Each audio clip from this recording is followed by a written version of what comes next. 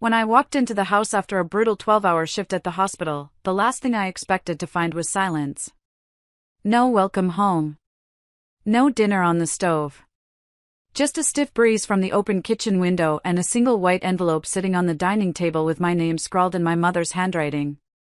I wiped the sweat from my forehead, took a deep breath, and opened it with trembling fingers. What I read made my knees buckle. You don't deserve these trips, Olivia. You've always been too boring for paradise. Send us more money when you can. Attached were printouts of Instagram photos. My own mother and sister, Claire, posing on a yacht in Maui. Another one, them at a 5-star resort, holding wine glasses and laughing, the caption smug, "Thanks to Olivia, our silent investor," face with tears of joy. I just stood there, staring at the paper like it had personally slapped me. I didn't even realize I had dropped my bag on the floor. My heart started pounding, not from exhaustion, but from betrayal. All this time, I'd believed they were being modest with spending, that the money from my late father's inheritance was being saved for something meaningful. Dad had trusted me to manage it after he passed, but I'd handed over temporary control to them because my hospital schedule was a mess. I thought it would make things easier. It was supposed to be for emergencies, for support, for the family. Not luxury trips. Not spa days. Not island cocktails with tiny umbrellas. I felt like I couldn't breathe. Like the air had been punched out of me. In one photo, they were standing in front of a sign that read, "Coming soon, Seabreeze Cafe by Claire." I blinked. What? A restaurant? They were building a whole new life, with my money? And I was just the ATM in Scrubs, apparently too boring for paradise. I sank into the chair, the letter crumpling in my hand. I thought about all the nights I'd slept on the hospital cot, skipping meals to save time, taking overtime to cover bills, thinking I was helping my family get back on their feet. Meanwhile, they were sipping champagne on a beach. And that line, "You don't deserve these trips." It kept echoing in my head. Over and over. Until the anger started rising in my chest like lava. I didn't cry. I didn't scream. I stood up, walked to the bookshelf, pulled out a dusty binder with legal documents from Dad's estate, and stared at the line that read, "Primary beneficiary, Olivia Grace Walker." I whispered to myself, "Let's see who deserves what now." 3 hours later, I was sitting at a police precinct downtown. The officer across the table looked skeptical at first, until I showed him the pictures, the statements, and that smug little note. He leaned back in his chair and said, "Ma'am, I think you've got a solid case." And just like that, the betrayal became something else entirely, a mission. The next morning, after barely sleeping a wink, I couldn't shake the feeling of betrayal that had settled deep in my chest. It felt like someone had taken a heavy rock and dropped it on me. I tried to focus on my shift at the hospital, but the thought of my mother and Claire, living it up in Hawaii with my money, kept creeping into my mind. I worked in the ICU, so I was used to handling high-stress situations, patients, families, everything, but this? This felt personal. I was supposed to be the one they turned to, the one they trusted. Yet here they were, laughing and toasting with strangers on my inheritance. The thought made me sick to my stomach. I wanted to confront them right then and there, but I knew better. My mother had always been the one with the silver tongue, able to manipulate people with just a few well-chosen words. Claire? She was the golden child, the one who always had everything handed to her without ever lifting a finger. I was the one who worked double shifts, barely making time for a life outside of the hospital.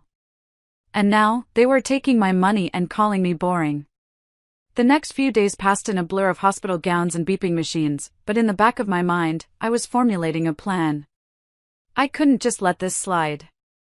This wasn't just about money, it was about respect. It was about justice. And it was time I took control of the situation. The more I thought about it, the clearer my plan became. I wasn't just going to march in there, make a scene, and get nothing in return. No, this was going to be different. This was going to be calculated. Smart. I needed leverage. And I knew exactly how to get it. I had the legal documents, and I knew my way around them. My father had always been meticulous when it came to his estate, everything was in order, and I was the primary beneficiary. If they thought they could take advantage of me, they were in for a rude awakening. I had the law on my side. I also knew Claire was opening that restaurant in Hawaii. It wasn't just some little dream they were chasing, it was a real business venture. A restaurant. And that meant it would be subject to inspection, taxes, and permits. There were loopholes in every business deal, and I was going to find them. I wasn't just going to take their money back, I was going to expose their lies. But I needed more. I needed to hit them where it would hurt. Not just financially, but emotionally. Because if there was one thing I had learned over the years, it was that my mother and sister couldn't stand the idea of losing control. They were used to being the ones in charge. And they were about to learn what happens when you mess with the wrong person. With a quiet determination, I called a lawyer I knew through work, a no-nonsense woman who had handled a few of the hospital's malpractice cases. I knew she'd understand how to play the game. The phone rang. I took a deep breath. Hi, Jennifer? I need your help with something. By the time I met with Jennifer, I was feeling a mix of dread and determination. I didn't want to be that person, the one who holds grudges and plots revenge. But there was no ignoring it anymore. My family had crossed a line, and I was done being the quiet, hardworking daughter who stayed in the background. I was done being invisible. Jennifer was sharp, confident, and surprisingly empathetic. She didn't waste any time asking unnecessary questions. Instead, she listened to my story, glanced over the paperwork I had brought, and then leaned back in her chair, her eyes narrowing with interest. Olivia, she began, her voice steady but filled with conviction, you have a solid case here. It's not just about the inheritance, it's about the manipulation, the breach of trust. Your mother and sister were relying on your good nature, and now they've crossed the line.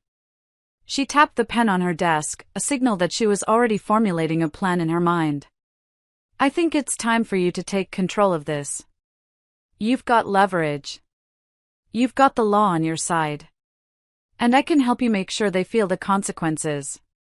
I nodded, feeling a little lighter already. For the first time in weeks, I felt like I wasn't fighting this alone. I wasn't just some helpless pawn in their game, I was Olivia Grace Walker, the woman who was about to take back what was rightfully hers. Jennifer spent the next hour outlining a strategy. It wasn't just about getting my money back, it was about making sure my mother and Claire faced the consequences for their actions. Jennifer suggested we go after their business venture first. The restaurant in Hawaii was a public record, and with the right legal maneuvers, we could expose the mismanagement, the lack of proper permits, and their failure to adhere to the terms of the inheritance. If I played my cards right, we could put a stop to it before they ever opened. You don't want to just take their money, Olivia, Jennifer said. You want them to regret ever thinking they could get away with this. That hit me hard. It wasn't just about the money. It wasn't even about the trips or the betrayal. It was about the fact that they thought they could walk all over me without consequences. I'd spent my entire life trying to keep the peace, trying to be the good daughter, the one who didn't rock the boat. But now, I was going to make sure they understood exactly who they were dealing with. The more Jennifer talked, the more I realized how much I had underestimated my own power. It wasn't just about being the primary beneficiary of my father's estate. It was about my position in this world, my education, my career, and the fact that I was no longer going to let anyone take advantage of me. It was time to take control. As we wrapped up the meeting, Jennifer looked me straight in the eye. Olivia, you're not just getting revenge. You're reclaiming your life. And I'll be here every step of the way. I walked out of her office with a sense of purpose I hadn't felt in months. The anger I had been carrying around now felt like a fire, burning bright, pushing me forward. I wasn't just doing this for me. I was doing this for everything I had worked for. Over the next few days, I could barely sleep. My mind was racing with every possible angle, every potential move in the game I was about to play. The more I thought about my family's betrayal, the more disgusted I became. How could they do this to me? How could they so easily misuse the trust I'd placed in them? I knew I needed to act fast. There was no room for hesitation. My inheritance wasn't just money, it was my father's legacy. And I wasn't about to let my sister and mother turn it into some luxury vacation fund. They were about to learn that what they thought was easy money wasn't theirs to take. Jennifer's plan was solid. We were going to start by going after their restaurant venture in Hawaii. They'd been so proud of it, boasting about it on social media, sending me the occasional update as if they were doing me a favor. It was time to expose them. The first step was getting access to the public records of the restaurant. Jennifer had already set up the legal team to dig into the permits and business filings. It didn't take long for us to uncover the truth. There were several inconsistencies in the paperwork. They hadn't followed proper zoning laws, hadn't filed the right environmental assessments, and their financial backing wasn't exactly as legitimate as they'd claimed. Jennifer was giddy at how much we could use to our advantage. "Olivia, they've been so careless. I almost feel sorry for them," she said with a wry smile. I didn't feel sorry for them, not at all. I felt angry, hurt, betrayed. But mostly, I felt like I was finally doing something right. For once, I wasn't letting someone else control the narrative. With the legal documents in hand, we made a few calls to local authorities in Hawaii. Jennifer had contacts who were willing to help us, and by the end of the week, I had a meeting scheduled with a regulatory commission to discuss their numerous violations. But there was one more thing I needed to do before the big confrontation. I needed to make my sister and mother believe that they were still in control, that they still had the upper hand. I needed to lure them into a false sense of security. If they thought I was going to back down, they'd be more likely to make mistakes. And I knew exactly how to get them to do that. I waited until the weekend to call Claire. She answered after the second ring, sounding chipper. I could already imagine her sitting in some fancy cafe, sipping her overpriced latte. "Hey, Claire," I said casually. "How's everything going with the restaurant? Everything on track for the grand opening?" She didn't even hesitate. "Oh, totally. We're doing great, Olivia. We're so excited. We've got everything in place. You're going to love it when you see it." I forced a smile, though I could feel my blood pressure rising. "I'm sure I will. I'd love to come visit and check it out sometime. Maybe before the opening?" Claire's voice softened. "You should. We'd love to have you. I know things have been a little tense with us lately, but I just want things to get better between us, you know?" I suppressed the urge to laugh. She had no idea what was coming. "Yeah, me too," I said, keeping my tone calm and friendly. "I'm proud of you, Claire. Really, I am." It was time to put the final pieces in place. They thought they had won. But by the time they realized what I had done, it would be too late. The following week was a blur of phone calls, meetings, and preparation. My mind had one singular focus: make my mother and Claire pay for everything they'd taken from me. It wasn't just about the money anymore. It was about making them regret ever thinking they could treat me like a second-class citizen in my own family. The meeting with the Regulatory Commission in Hawaii went smoothly. Jennifer and I had prepared everything carefully. We had solid evidence that Claire and my mother's restaurant venture was on shaky ground, permits weren't filed properly, taxes hadn't been paid in full, and they were misrepresenting the financial stability of the business. We even had recordings from disgruntled employees who were more than willing to testify against them if it came down to it. By the time we were done, it was clear they were going to face serious consequences. But that wasn't enough for me. Not by a long shot. I knew it wasn't going to be enough to just cripple their business. I needed them to feel the weight of everything they'd done to me. I needed them to see what happens when you take advantage of someone who's been nothing but loyal to you. With everything in place, I decided it was time for the final part of my plan. The showdown. The moment when they'd realize just how badly they had miscalculated. I'd arranged a trip to Hawaii, but not for the reasons Claire and my mother thought. I wasn't coming to celebrate their new business or to mend broken bridges. No, I was coming as the bearer of their reckoning. I was going to confront them, and I was going to do it with the one thing they could never ignore: power. I arrived at the restaurant a day before the opening. I wanted to be there when everything fell apart. The restaurant was beautiful, if you could ignore the fact that it was built on a foundation of lies and deception. I watched from across the street as Claire and my mother arrived, chatting away, acting as though they had won. They had no idea that I was watching. No idea that their world was about to come crashing down. The next day, I showed up at the grand opening, a smile plastered on my face. I wasn't going to let them see the anger bubbling just beneath the surface. I needed them to feel comfortable, to think everything was going according to plan. I needed them to let their guard down. As they greeted the few guests they had invited, I made my way through the crowd. I could feel my heart pounding in my chest, but I stayed calm. This was the moment everything was leading up to. I approached Claire first. Her smile faltered when she saw me, but she quickly recovered. "Olivia! I'm so glad you could make it," she said, her voice dripping with faint sweetness. "Of course," I replied, forcing a smile. "Wouldn't miss it for the world." Before she could say anything else, I turned to my mother, who was standing nearby, chatting with a potential investor. Her eyes widened when she saw me. She hadn't expected me to show up, let alone show up so soon after everything had happened. But I wasn't here to make small talk. I wasn't here to apologize for anything. No, I was here to collect what was rightfully mine, and to make sure they paid for what they'd done. I raised a hand to get their attention. "Ladies," I said coolly, "I think it's time we had a little chat." The air in the room shifted when I spoke. It wasn't loud, but it was enough to freeze the conversation around us. My mother and Claire exchanged uncertain glances, and for a moment, they didn't know what to do. It was like they both realized, in that instant, that I wasn't here to congratulate them or join their celebration. I could see the tension building in their eyes. My mother quickly pasted a smile on her face, her usual fake warmth oozing from every word. "Olivia, sweetie, we weren't expecting you today. I thought you were too busy working to come out here for the grand opening."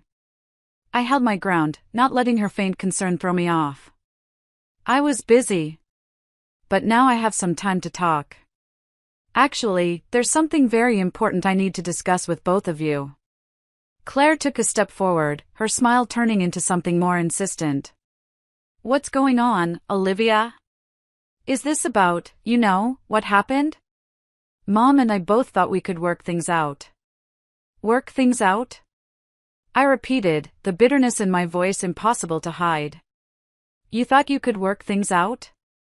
By spending my inheritance on luxury vacations while I was working my ass off? You thought that was the plan?" Their faces were frozen in shock.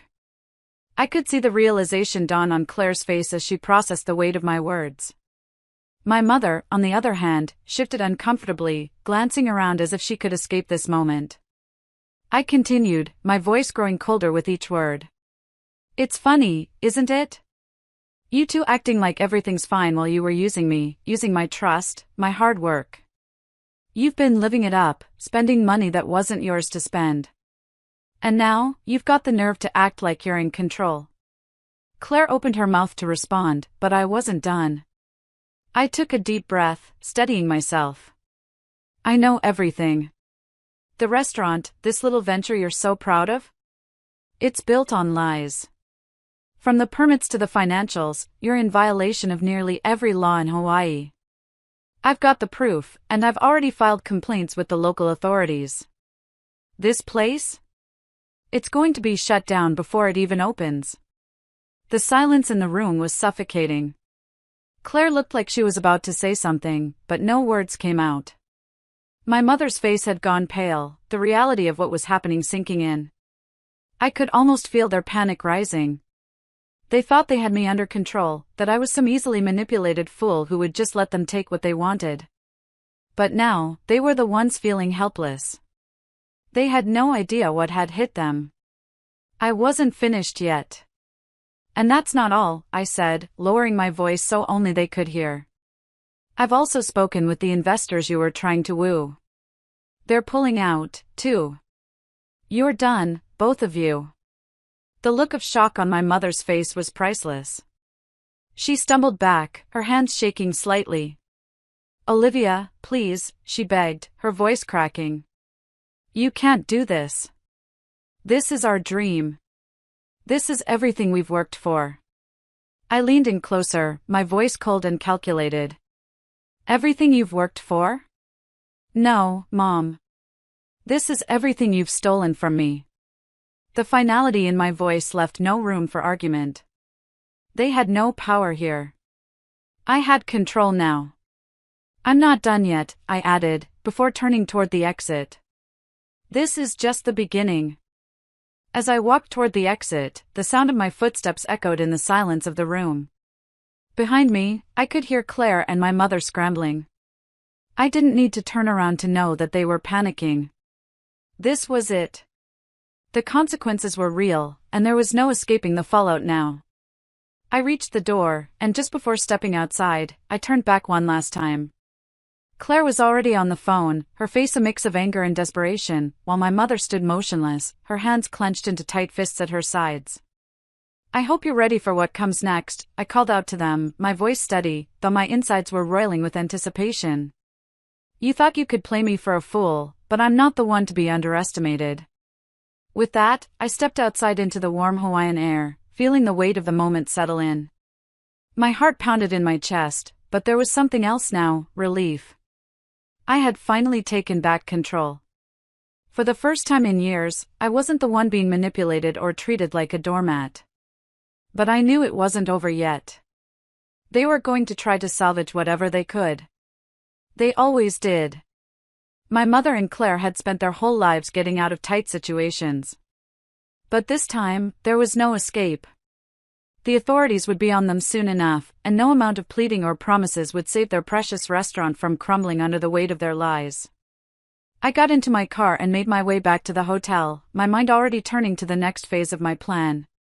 This wasn't just about taking away their business, it was about taking back everything they had taken from me. The money, the trust, the respect. I was going to make sure they knew what it felt like to lose everything. The hotel room was quiet as I sat down, reviewing everything I'd accomplished so far. I had filed the complaints, reached out to the investors, and made sure the authorities were on my side. The restaurant would be shut down. But I still had one last thing to do. I opened my phone and dialed a number. "Jennifer," I said, my voice calm but full of purpose. "It's time." Jennifer, who had been instrumental in gathering the evidence and making sure my plan was airtight, picked up on the first ring. "I'm ready. The authorities are prepped, and I've got the team in place. It'll be official tomorrow. You've done it, Olivia. They won't know what hit them." I leaned back in my chair, a satisfied smile tugging at my lips. "Good. Tomorrow's the day. Let's make sure they never forget who they crossed." The next day came quickly. By the time I made my way back to the restaurant, the atmosphere was different. The reality of the situation had hit.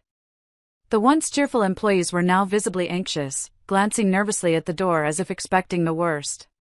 My mother and Claire were nowhere to be seen, but their absence spoke volumes. Just as I suspected, they had tried to salvage the situation by scrambling for last-minute negotiations and plans. But it was too late. I had already won. The final blow came when the police arrived, their presence a silent but undeniable testament to my victory. The officers moved through the space like professionals, their movements deliberate, and my heart swelled with triumph as I watched them walk toward the back office where Claire and my mother had been holed up, trying to formulate their escape. As the police officers led my mother and Claire out, the weight of it all hit me. For years, they had manipulated and controlled my life, but now, they were the ones being escorted away. Their faces, pale with shock, told the whole story. They never saw it coming. Claire, always so confident in her ability to get away with anything, stood frozen. My mother, who had always been so calculating, looked like a woman who had just seen her empire crumble. I didn't need to say a word. The defeat was written all over their faces. I watched as they were loaded into separate police cars, their luxurious restaurant and stolen wealth now worthless. Everything they had taken from me, my inheritance, my trust, was slipping through their fingers. I had won, not just financially, but emotionally. They had underestimated me, and now they were paying the price. As I stood there, the satisfaction of it all washed over me. The restaurant would close, their schemes exposed, and I would finally have what was rightfully mine.